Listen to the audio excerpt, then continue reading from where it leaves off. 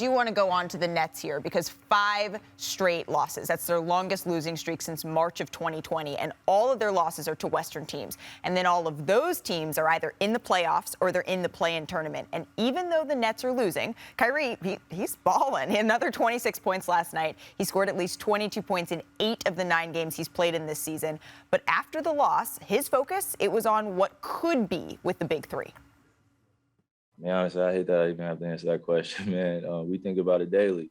You know, it's not something that is short-sighted for us. You know, we think about the long term and how well we gel together as a trio.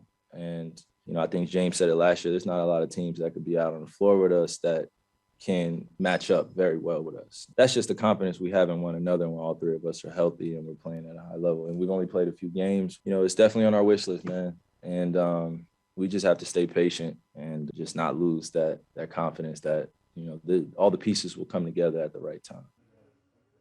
So as complete as the Suns are, the Nets, they sort of seem to be the opposite. They seem to be a little bit incomplete, and that might be the word that best describes them. But they will most likely be without Kevin Durant until after the All-Star break. And we've asked all the questions, and it always sort of comes back to Kevin Durant. So if you 3 could put yourself in the locker room, how much does this 5-game losing streak even matter? Because KD is eventually going to come back, Richard. I don't think it matters much, and I think mainly because it is the best play. He is either the best or second best player in the world.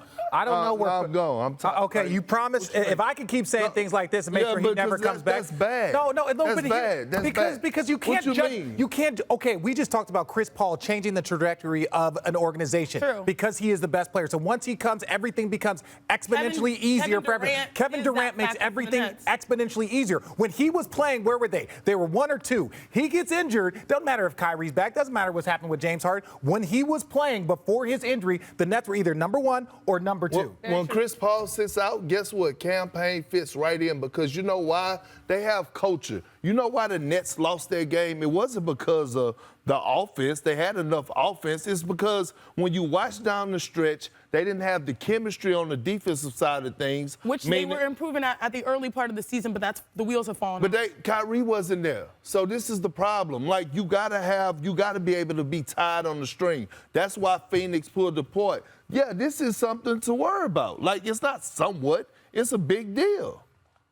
It seems like it's a bigger deal. I know Richard's just done. Richard's just done. It seems like it's a bigger deal given the fact of what happened last year, given the fact they haven't sort of built up any time together that makes anyone feel like, okay, this is going to be falling off your fine. game. I'm not falling off my game. Yes, I think it's silly to talk about the leading scorer in the league. Sprained his MCL, and he's missed a bunch of time, and now their team has struggled. Like, they were struggling before he went out. What was their record? They were struggling. What was their record? They were struggling before he got They were at the top of the East. Yep. Where were they? But they were struggling. Talking louder they were doesn't losing games with Kevin Durant. Everyone has lost games. The Phoenix Suns aren't undefeated. I'm just the Phoenix Suns aren't undefeated. Talking loud does not change the point. The Nets don't have that record. At the end of the day, if Kevin Durant is healthy, which he will be back in a matter of time, then that's when you start judging them. If you want to judge them based off the time that he was playing, there's this window he's not, and then he'll be back playing.